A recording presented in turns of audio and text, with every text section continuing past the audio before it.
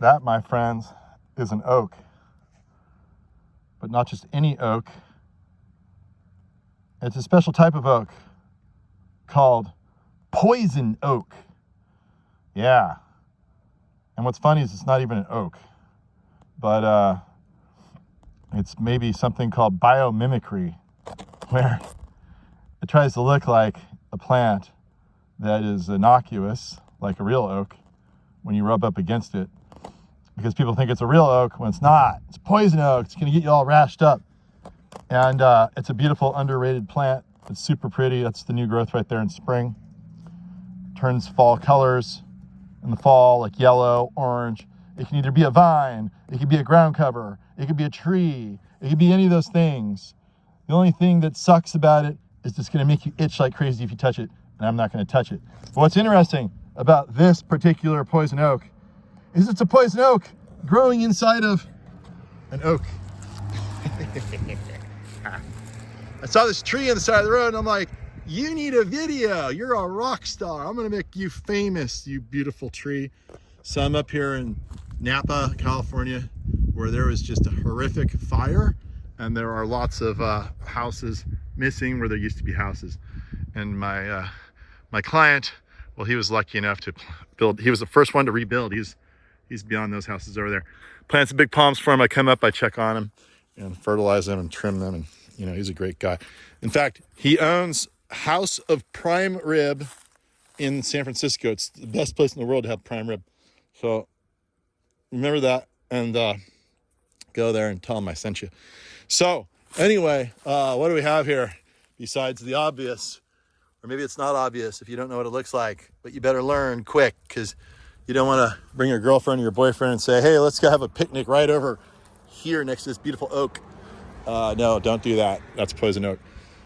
And but this really cool old stunted oak, and you see it's growing in all this rock right here. So you know that this tree could be much older than it portends to be.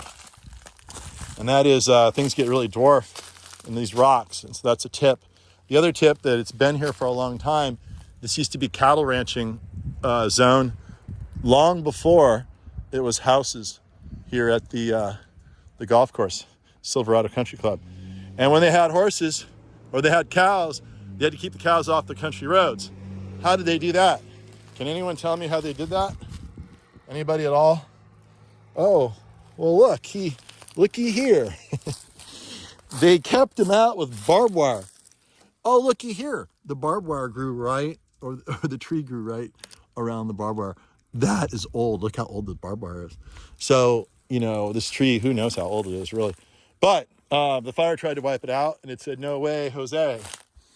And why did it say that? Because it wanted to keep living. And so it had a few cracks, and the fire got inside of it, completely hollowed it out to the point where it's a really good repository for beer cans. I know that can. That's a Sierra Nevada can right there. I can tell just by looking at it. That's really good beer. But I hope the person who put that beer can in there got poison oak when they did it, because that's not nice at all. But anyway, yeah, you can use a burned out tree as a garbage can. You can also use it to grow your poison oak. And I found a happy home in there, that poison oak.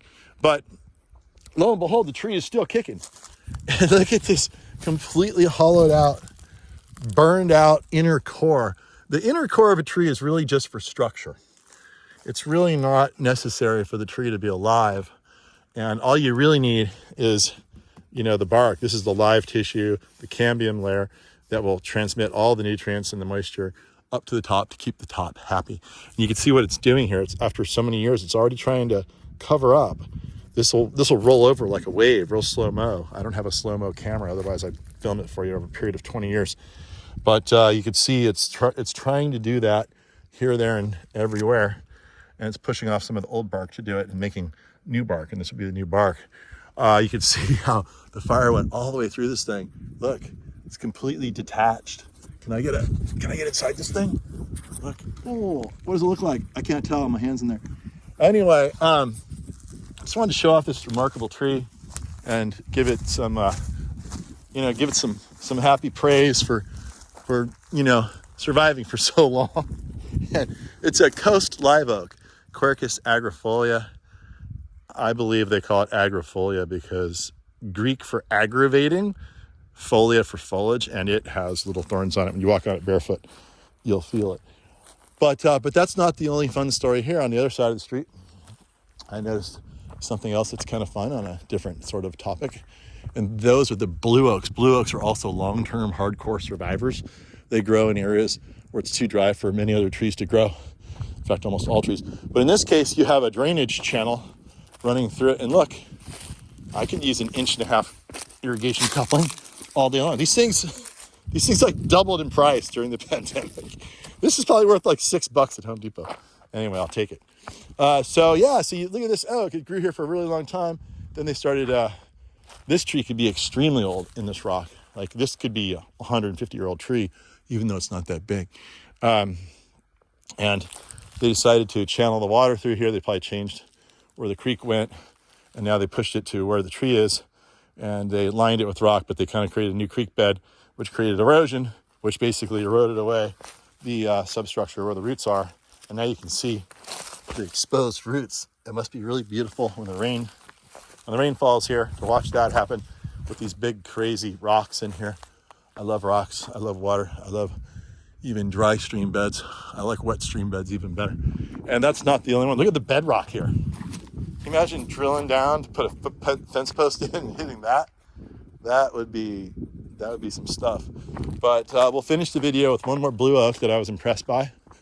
Do you ever like just pull over and start making videos and talking to your phone and trying to share it with the world because you're so excited? Well, that's what I'm doing today. But look at the roots on this thing. It went down, it hit the bedrock. It had nowhere to go. So it went sideways. That's the only place it could go. Life always finds a way. But this thing is just sitting. It's only, the whole root system's probably only, maybe 1.5 feet, 2 feet deep for this tree. And this thing's been here forever. And anyway, I just want to say, hey guys, I know life was tough. Life was rough, but you persevered. And I know that there was no other outlet for you other than to try and survive right where you germinated.